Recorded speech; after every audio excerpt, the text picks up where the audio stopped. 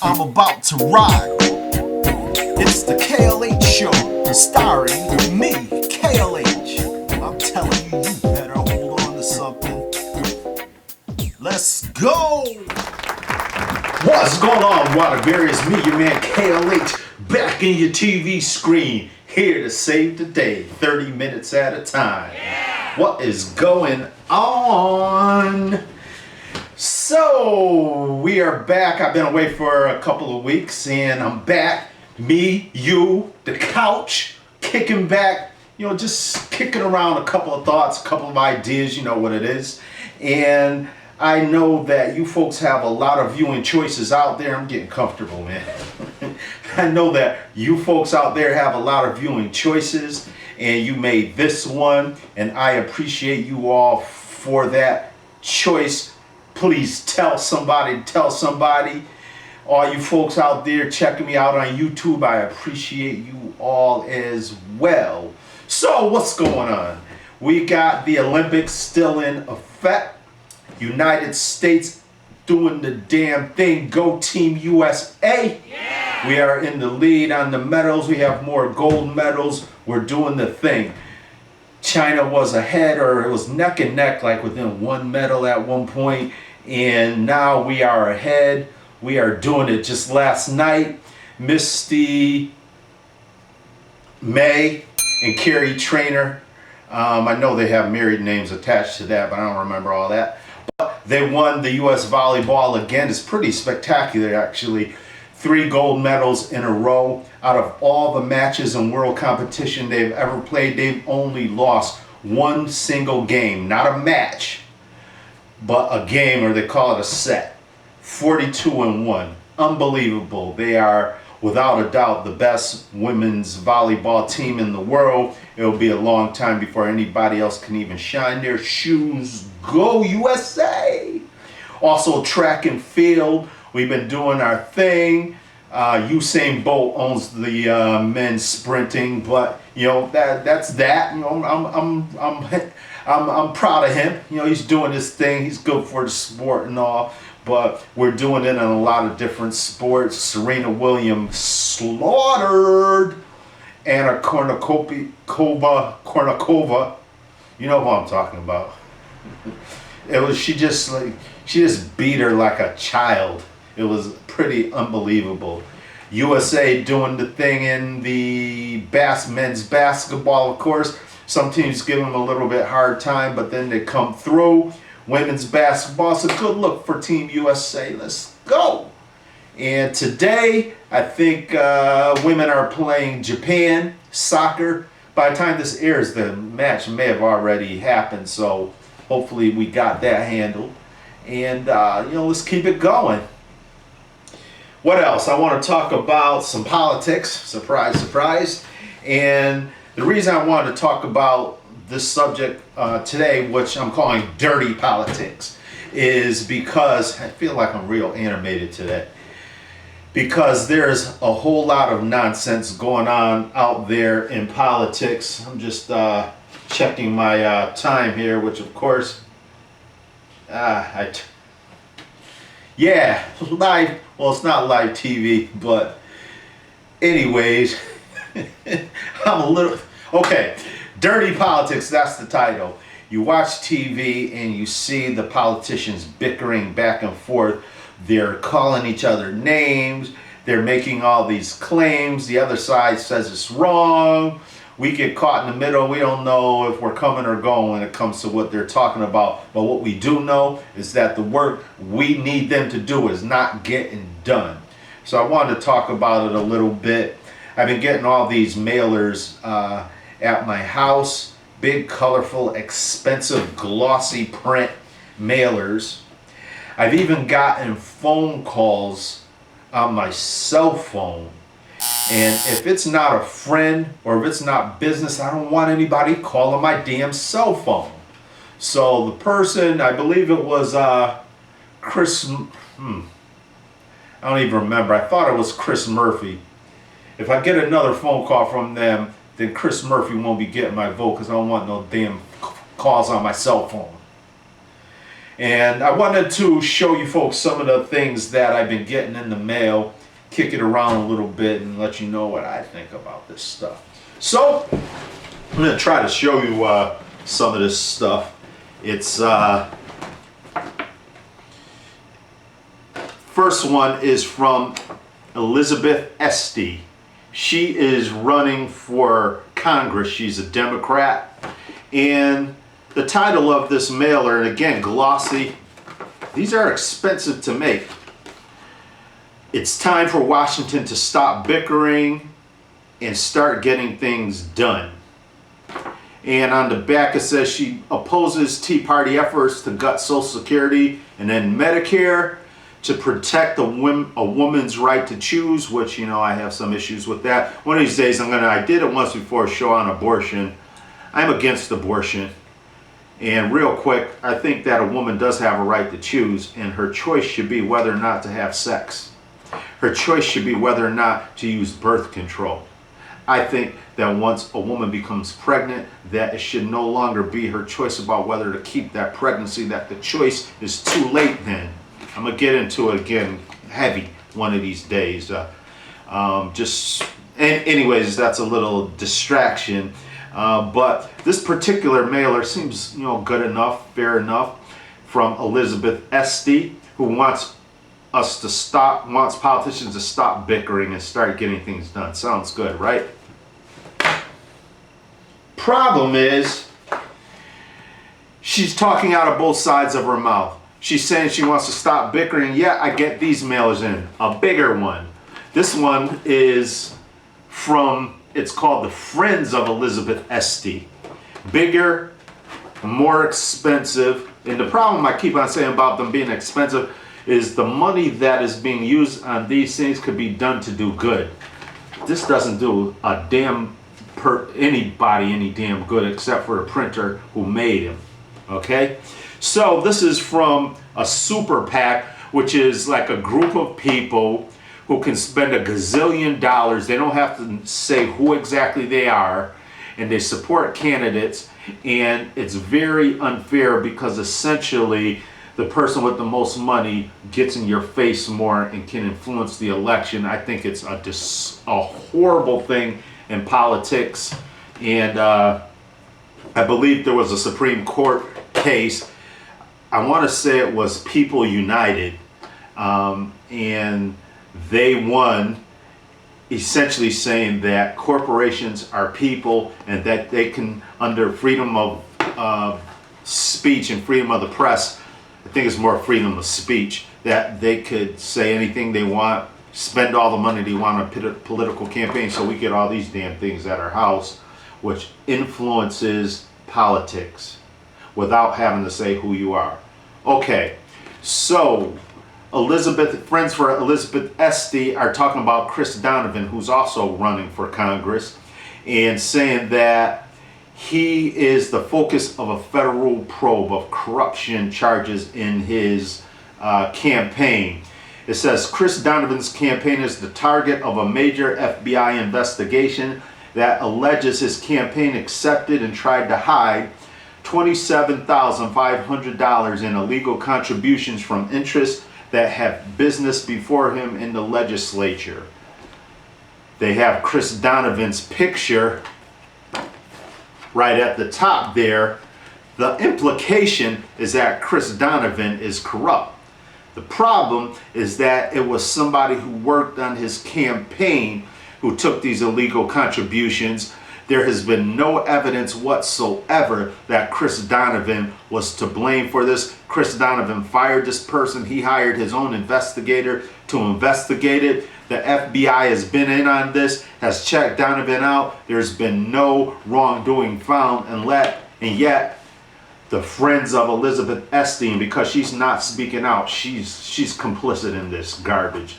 She's saying that Chris Donovan is she's implying that he's corrupt and has broken the law. Garbage. We have here one from Chris Donovan who is saying that he is for paid medical sick leave, which is good. He's appealing to our sympathy, saying that if your child is sick, it shouldn't have to come out of your paycheck. Although, not for nothing, I don't know whose paycheck it should come out of. I know parents will get mad at me for that, but I don't have kids. I don't want to pay for it. Elizabeth Esty, he's saying, voted against paid medical sick leave, and that she has voted to protect lower tax rate for millionaires and billionaires and to cut funding for people who are low income and middle income. So a slam by Chris Donovan against Elizabeth Esty. Then we have Dan Roberti, who's running for Congress. This is another one paid for by the friends of Elizabeth Esty. She's saying that he is the head of or a co-owner of a lobbying firm that goes and tries to influence politicians, which is legal. Shouldn't be, but it is. The problem is, if you're lobbying politicians and then you become a politician, then there's all kinds of conflicts of interest involved. So Elizabeth Esty talks about not bickering, and yet the super PAC who supports her, friends of Elizabeth Esty, are throwing all this garbage around. The problem with that is that Dan Roberti is saying it's a lie. He's saying it's his father who has the lobbying firm. What do we know? I don't know. The bottom line is there's a bunch of crap being thrown around. Here goes another one. This one is from friends of Elizabeth Esty. She's got a lot of friends. Another big,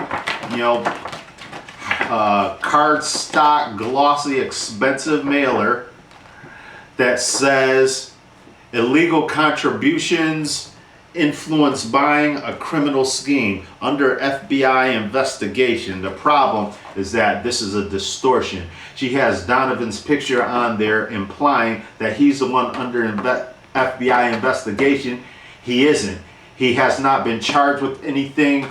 He has not been convicted of anything. He got rid of the person who accepted the illegal contributions. It's real crazy out there, man. Another one from Elizabeth Esty. Crazy. What else? We got this one's from Dan Roberti, who think Elizabeth Esty and Donovan are no good. Here goes another one. Chris Donovan. He keeps on saying that Elizabeth Esty is voting with the Republicans, even though she's a Democrat. So of course you can't work with Democrats. Republicans, if you're a Democrat. Crazy. And let's see, this one is for Dan Roberti, saying that his campaign was busted, which it was, but it has his picture on it. So the implication is that he's the one who did it. See, they distort truth because they think that you're stupid. They think that you're just going to accept their word for it. The problem is that a lot of people do accept their word. They don't pay close enough attention. Chris Donovan has not been convicted of anything. I keep on saying it, but Dan Roberti wants to put it out there like he has been. And he also says that Elizabeth Esty took money from polluters that her husband is supposed to regulate. So everybody's against everybody, man. And the whole problem with this is what? For one, it costs a gazillion dollars to run for a national political office. All those flyers cost tons of money. The people going door to door, I've had people knock on my door with more flyers. Costs money. Flying here and there costs money. The headquarters costs money. The TV and radio commercials. And so if you have to get contributions from people, obviously, if you're getting a lot of money from somebody, at the very least, they're going to get a listening ear from the politician. They're going to have more access to the politician than me or you. And so the whole system is broken. And it's even worse when it comes to the presidential race. If you can't put together $1 billion, then you can't become president. That's the way it is right now.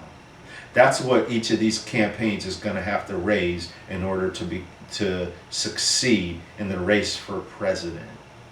And right now, what do we have? We have the Democrats saying that Mitt Romney should release multiple years of his tax returns.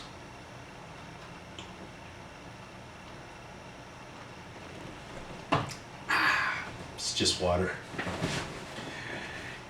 Mitt Romney saying, I'm not releasing multiple years. I released 1 year already. I have one more I'm getting together, and that's all you're going to get. The problem for Romney is that it's looking like he has something to hide. He probably does, because he's getting beat up not only by Democrats, but by Republicans as well. And he's a really wealthy guy. As far as I know, nobody's saying that he's done anything illegal. However, if you're trying to appeal to the middle class of America, which is what all these guys are doing, at least on the surface when they're on TV, and you have Swiss bank accounts, you have tax shelters in the Cayman Islands and the Bahamas and all this stuff, and you have all these extremely expensive accountants who can exploit every tax loophole there is, and you wind up paying little to no taxes. Even though it's illegal, it's going to look bad. Romney, I think, is afraid he's going to look bad if he releases these tax returns. And it's always going to be an albatross around his neck, but he's resisting. However, Harry Reid kicks it up a notch. And Harry Reid, the head of the Senate, says on the Senate floor that Romney hasn't paid taxes in 10 years. Of course, Romney's saying that's not true. And so we get the head of the Republican National Convention, Reince Priebus, who called Harry Reid a dirty liar. So this is the kind of vitriolic, mean-spirited fighting back and forth, bickering, like Elizabeth Estes said, that we have happening. President Obama put out an ad that says in so many words, there's a man whose wife died from cancer, who says that Mitt Romney's company, Bain Capital, closed out his business, or the company he worked for. They lost their health insurance, and because of that, his wife died. They questioned Mitt Romney's people, who said this is a lie. It's a blatant lie, that those are not the facts. And then you get an Obama supporter behind that ad that says, well, we're not saying Mitt Romney's tied to this, when that's exactly what they're saying. The whole thing is that politicians think that you and I are stupid. They think they can say whatever they want to us. They distort the truth. They do all this tricky wordplay and whatnot. They skirt issues. They halfway answer questions. The other half is a distortion of what's really the truth. You don't really know where they stand most of the time, and you and I get left with nothing. We send them into office to do our work, and they don't do it. They fight and they protect their own interests, and they want the power and the prestige of those positions so that they can utilize them for their damn selves. So what we have to do is we have to make our voices known. We have to make our presence felt. And one of the simplest ways you can do it is just go on Facebook. The White House has a Facebook page. You can post something on there. They read that stuff. Our national elected officials have Facebook pages. Go on, say what you want. If you don't like the kind of nonsense that we're getting, the kind of fighting, the kind of bullcrap, then say something about it. If enough of us speak for long enough, change can happen. But what they count on is for people to throw up the towel, throw in the towel, throw up their hands, and just throwing stuff. Excuse me. And not doing anything or saying anything. And they hope that they can put out enough nonsense and lies and whatnot so that you and I get confused enough so that we vote for them without really knowing the facts. Do a little research. Go on Google. Check out things. Inform yourself. This is our country. It was founded on the premise of rule by the people, democracy, and it has become anything but that. And it's become that because we let it become that. We have to make our voices heard. And we do that by calling, emailing, posting on Facebook, Twitter, whatever your flavor is. Make yourself heard and tell your friends to do the same. Don't vote for a person just because you've always voted on that party line. One of the things that I really hate to see, even though I understand on a certain level, I understand a certain pride behind the first African American president. But don't stand up and say he's the greatest president ever simply because he's black. Look at the facts. If you are informed and you feel that, then you have a right to your position. But inform yourself. Don't go against Barack Obama simply because you've always been a Republican. So many of these Republicans and conservatives were dead set against Romney, and now that he is the presumptive nominee, he's the nominee. Now they're on his side and they're against Obama. Why? Because they want anybody but Obama. Why? Because a lot of people believe what they hear. They hear Obamacare. Oh, we're going to get rid of Obamacare. But, well, why? Oh, it's going to cost all this money. But they haven't done their research to find out if that's so. And what I am encouraging you folks to do, I talked about on the last show about Obamacare. Research. Find out for yourself. And when you place a vote, let it be an informed vote and not just something that somebody told you on TV. You listen to Rush Limbaugh or Sean Hannity, or on the other side, if you listen to Chris Matthews or whoever else on the liberal side. Okay? Let us all be informed citizens. And if we do that and we make our voices heard, we can absolutely do things to change this country. And then locally, it's even more important. If you are a parent, you should be at every Board of Education meeting. You should be making sure that the people who make the decisions that affect your children are hearing from you directly. You can talk to those people face to face. You should be doing it. Education locally and nationally is a disgrace. And it happens because we let it happen. Make your voices heard. If there's something you don't like in the town you live in, make your voices heard. And if you do it long enough and loud enough, it will make all the difference in the world. Just checking out my time there. Okay, next I want to talk about an even more serious situation. I was watching Dr. Phil, and they had on a couple of men who were Iraq and Afghanistan war veterans. They both suffered from PTSD, which is post-traumatic stress disorder. And essentially what that is when you've gone through a traumatic event or a series of traumatic events, the stress of that can make you act out in some very, very ugly ways. One of the things that is happening in an alarming way is suicides among veterans. Fact. There are more suicides amongst veterans than any other group of people. It is the highest rising statistic as far as suicides are concerned. I looked up some information, and it says in the year 2009, which, as you may know, statistics take a long time to compile and to put into a report that is understandable and useful to us. So that's why statistics are always a couple of years behind.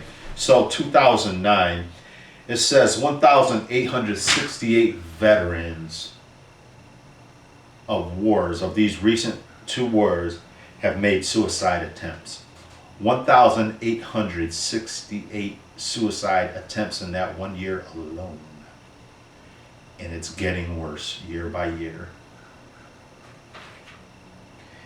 A veteran commits suicide. A veteran succeeds at suicide every 80 minutes. Think about that. We send these young men and women, and the ones who are committing suicide are mostly men. And I think it's mostly because it is men who are on the battlefield. And it doesn't go to take away at all in any way the contribution women are making, but the fact of the matter is women aren't on the battlefield, and because of that, they don't see the things that the men on the battlefield see. They certainly don't see it nearly as much. So we're talking mostly about men. One of our veterans commits suicide every 80 minutes. Now, you may know I am not a supporter of these wars. When 9/11 first hit, I think it was righteous for us to go over and kick that ass.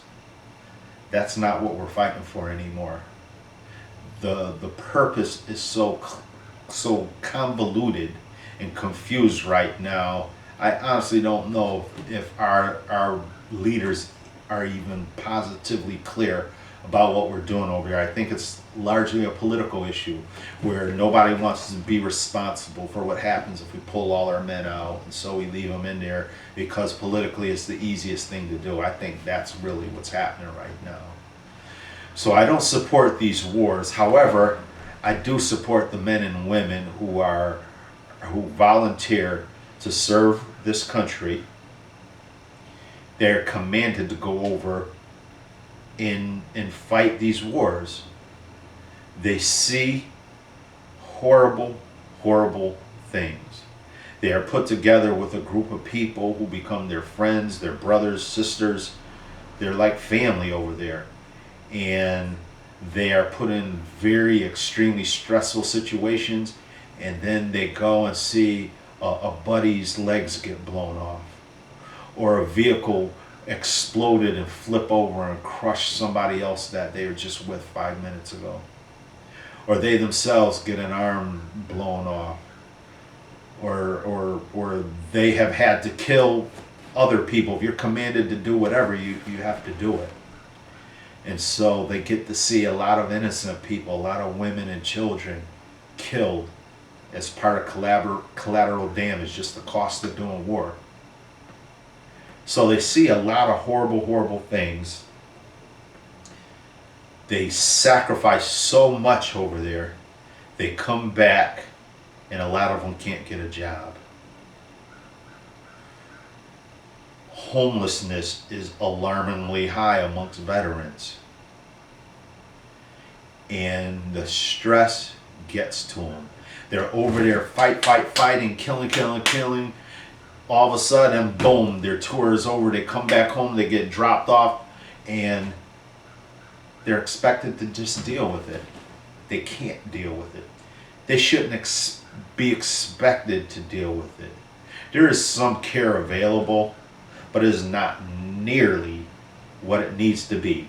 When we have a veteran committing suicide every 80 minutes, this country should be ashamed.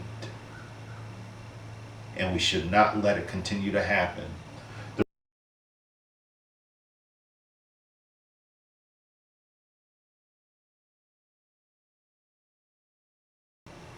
Alright, so you know what it is at the end of every show. Get our drinky drink on. However, this week, in a very controversial move, I will be bucking tradition because I still have a little bit of a hangover from last damn night. Actually, was it last night? Yeah, man. Actually, it's the night before. I'm still a little messed up, man. So yeah, I won't be drinking. I'm gonna have water. Crazy, right? So you know what it is, man. I live to be 100 years. May you live to be 100 years in a day.